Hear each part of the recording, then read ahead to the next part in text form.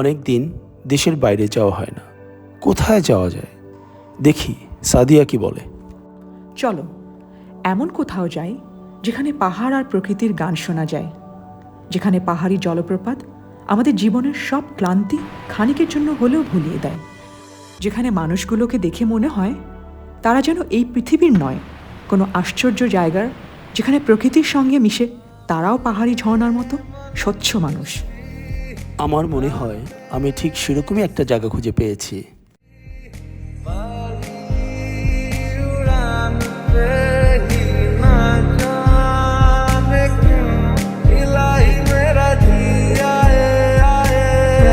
Thank you দিদি।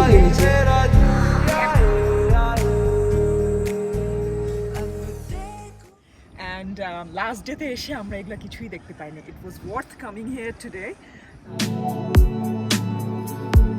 সাগরের তীর ছুঁয়ে দাঁড়িয়ে উদাসী প্রহরগুলো জড়িয়ে তুমি ঘুরে ঘুরে আমার হয়ে, হয়তো দূরের চেনা আকাশে রঙিন চেরাপুঞ্জি আর এটা কি? Seven sisters.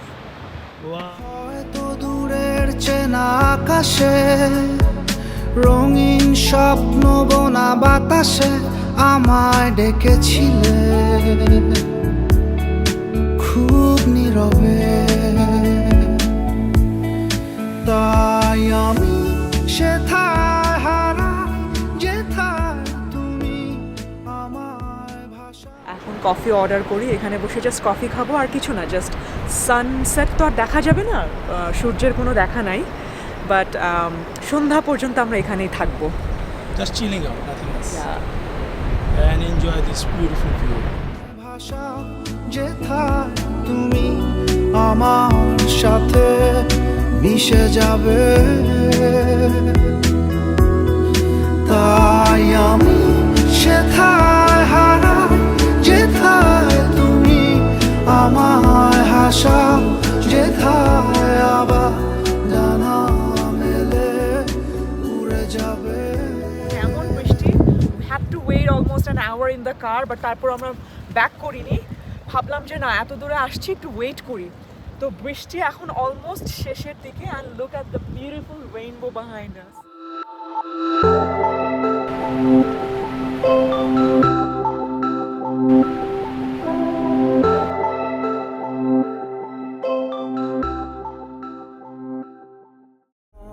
दुनिया बुला दे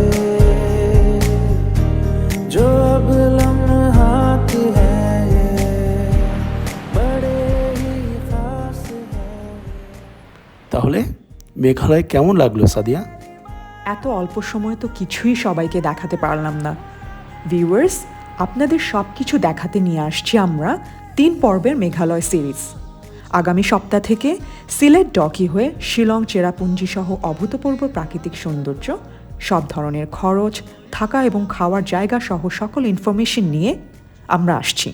till then, enjoy this beautiful clips. जुनून एक दीवानगी